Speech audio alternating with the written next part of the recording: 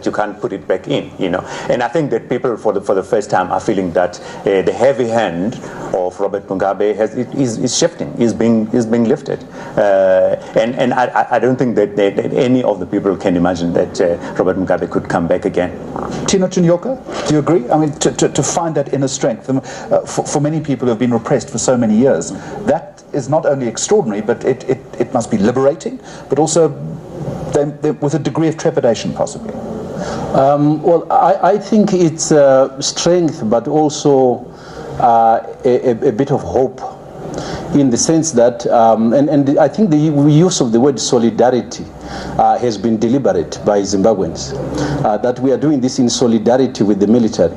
I think there's a fear that there will be interests, both from outside and within, that will want to hijack what is happening.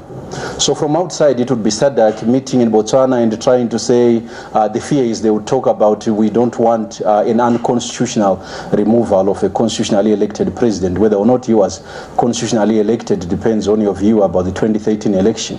Many people in Zimbabwe would say he was not. But more so people within. You will have people who will say, we need any transition to be quick, so we need to quickly go back to constitutionality. And some of the talk about we need by Monday to have Parliament remove this man, bring this to constitutionality.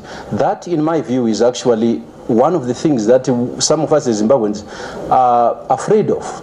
Because what you don't want is to have this liberation and immediately have the process hijacked by politicians who want to go back to what they call constitutionality without fixing the root cause of our problems.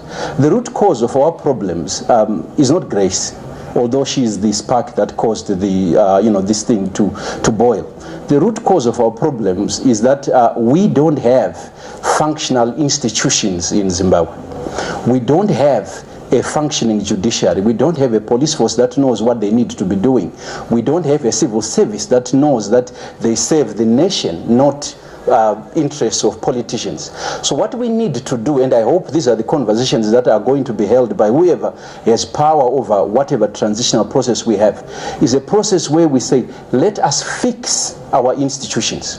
When we fix our institutions, we then get politicians who are going to be bound by those institutions, instead of getting politicians now next week and have them try and create institutions. Because if the institutions we have now created Mugabe for 37 years, if we get another politician in, what's going to stop him from thinking, I can also have another 37 years? So, Albert Goba, how do you balance those concerns, which I think all three of you agree are probably correct, with the urgency that is being felt on the streets of Harare to facilitate and implement immediate change?